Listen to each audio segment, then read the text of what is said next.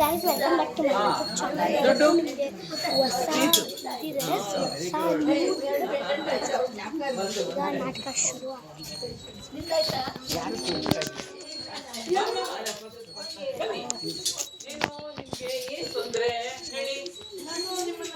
ಎಲ್ಲೋ ನೋಡಿದ್ದೀನಲ್ಲ. ಹೌದಾ? ಎಲ್ಲಿ? ಹೈಕೋರ್ಟ್ ನೋಡಿದ್ದೀನ.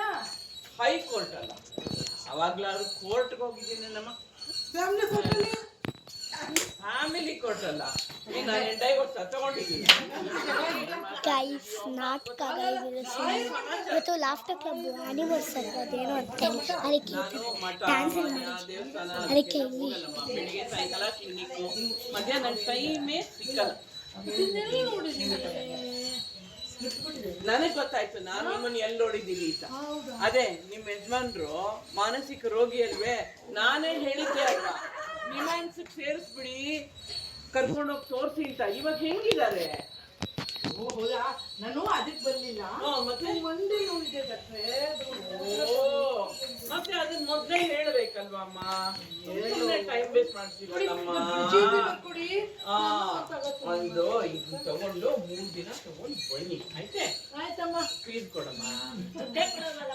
ಅದೇ ಥ್ಯಾಂಕ್ ಯು. ಹೋಗ್ ಬನ್ನಿ. Okay bye. ನಮಸ್ಕಾರ ಡಾಕ್ಟ್ರೆ. ಬಮ್ಮ ಅಲ್ಲ ಮಂಜುಳಾ, ನಿಂಗೆ ಎಷ್ಟು ಸಲ ಹೇಳಿದ್ದೀನಿ ಸೊಂಟ ನೋವಿಗೆ ಬೆಲ್ಟ್ ಹಾಕೊಂಡ್ ಬಾ. ಬೆಲ್ಟ್ ಹಾಕೋದೇ ಬಿಟ್ಬಿಟ್ಟಿದ್ಯಾ? ಹಾಕೊಂಡೇ ಬಂದಿಲ್ಲ ಇವತ್ತು?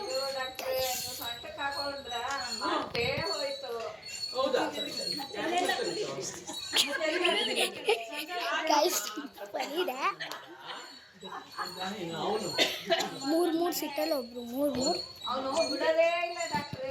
ಯಾಕೆ? ತುಂಬಾ ಗಲಾಟೆ ಮಾಡ್ತಾನೆ. ಬಂದು ನೀನೇ ತಿನ್ಸು ಊಟ ತಿನ್ಸು ಅಂತಾನೆ. ಹೇಳ್ಬೇಕಾಗಿತ್ತಮ್ಮ, ನಂಗೆ ನೋವು ಇದೆ, ನಾನು ಬೆಲ್ಟ್ ಹಾಕೋಬೇಕು ಅಂತ. ಏನ್ ಹೇಳಿದ್ರು ಬಿಡಲ್ಲ ಡಾಕ್ಟ್ರೆ. ಮೊನ್ನೆ ಬೆಕ್ಕು ತಿಂದು ಬಂದ್ಬಿಟ್ಟು ಮೂತಿಗೆಲ್ಲ ಮುತ್ತು ಕೊಡ್ತಾನೆ, ಬಿಡೋದೇ ಇಲ್ಲ ಅಂತಾನೆ. ಬೆಟ್ಟಿಬಿಟ್ಟ ಯಾರಮ್ಮ? ಡಾಕ್ಟ್ರೆ ಮನೆ ಲಕ್ಕಿ ಮಗ ಇದ್ದಂಗೆ, ನನ್ ಮಗನ್ಕಿಂತ ಹೆಚ್ಚು.